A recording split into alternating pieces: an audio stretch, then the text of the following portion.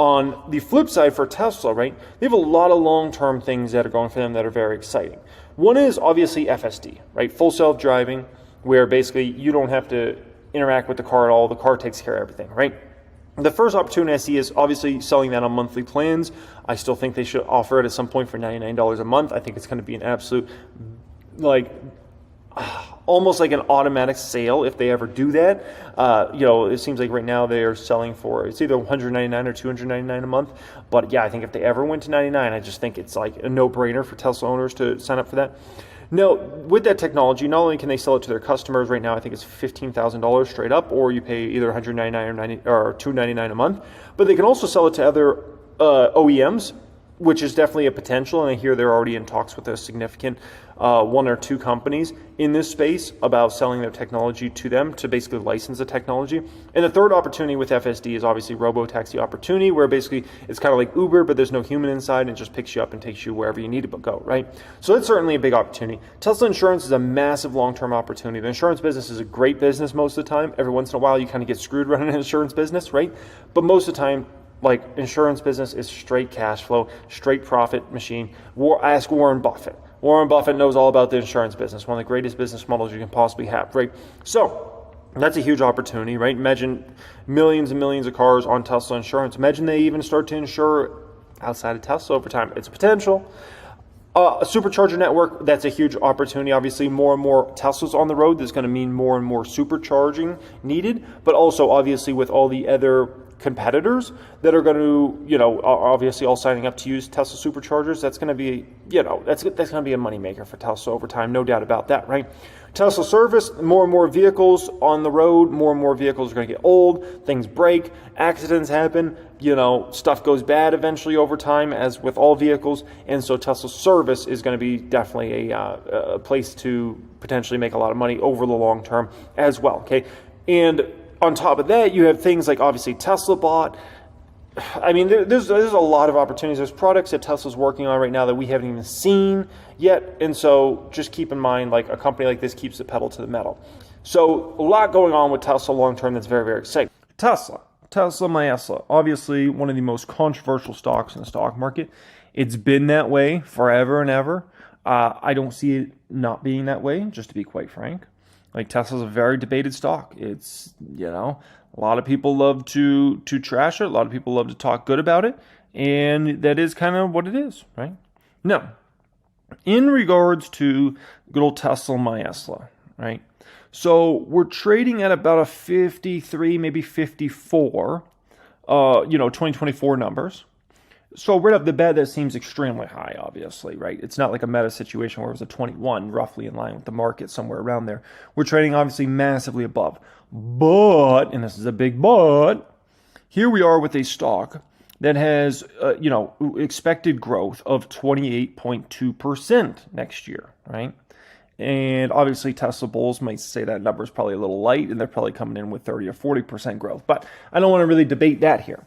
But nonetheless, we do know Cybertruck's ramping in mass, obviously, in 2024, and that's going to be a huge boost to the business. So even if the economy is in a weaker place, even if interest rates are still in a higher place, like, just for the Cybertruck boost alone is going to be massive for this business model. And we do know the EV wave just continues to take, more and more market share, right?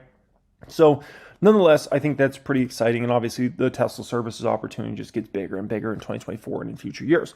So that's something to kind of keep in mind there, right?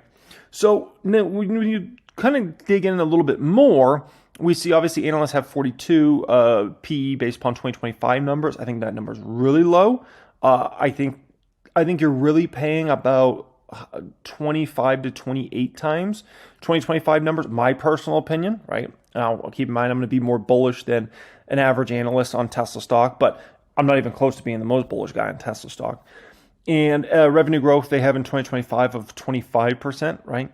And so, when I look at Tesla overall, obviously it's a major position in the public count.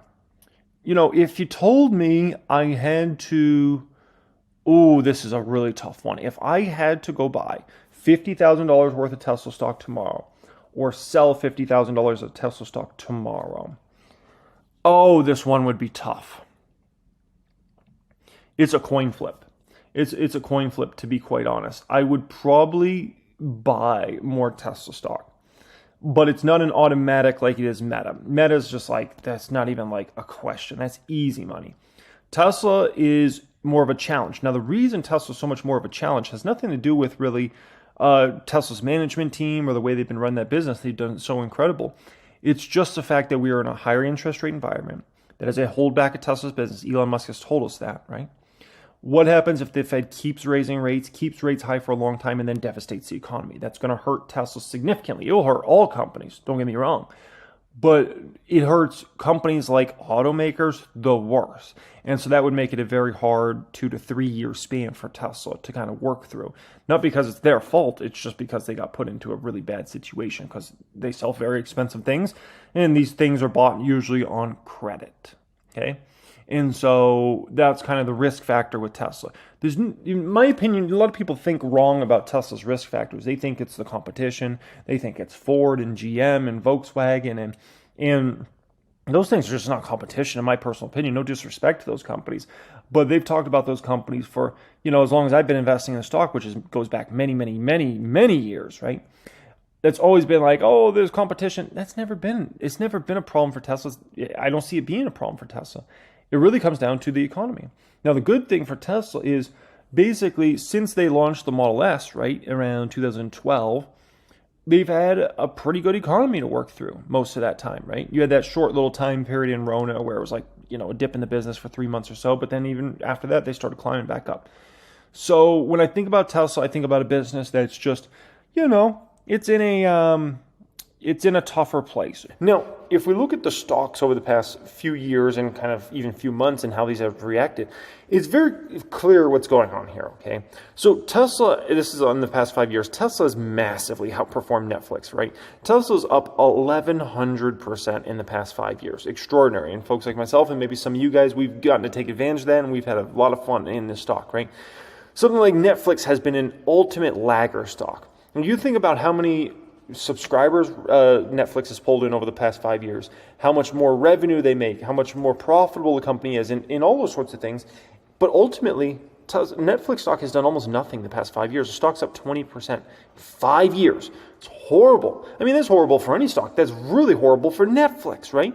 Almost shockingly bad. But do remember, 5 years ago, the stock was severely overvalued, in my personal opinion. I used to do videos about how overvalued Netflix was.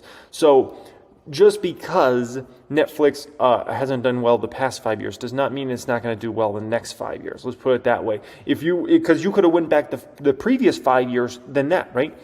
Tesla stock did horrible the previous 5 years. It did nothing. Literally, Tesla stock did nothing for 5 years. Netflix stock went absolute beast mode that previous 5 years. So you know what you could have said? You could have said, well, you know what? Tesla's a loser stock. It never does anything. Never goes up. Netflix just keeps going up. So I'm going to put all my money in Netflix stock. Forget Tesla. And what'd you get for it? 20% in 5 years versus Tesla 1,100% in 5 years, right? And so just understand, whatever happened over the past 5 years does not mean that's going to happen over the next 5 years, okay? Extremely, extremely important. I think that is something that a lot of folks misunderstand in the market. They look at these past things and say, oh, Tesla's a great stock. Oh, Netflix, horrible stock. Doesn't work like that, man. Doesn't work like that at all.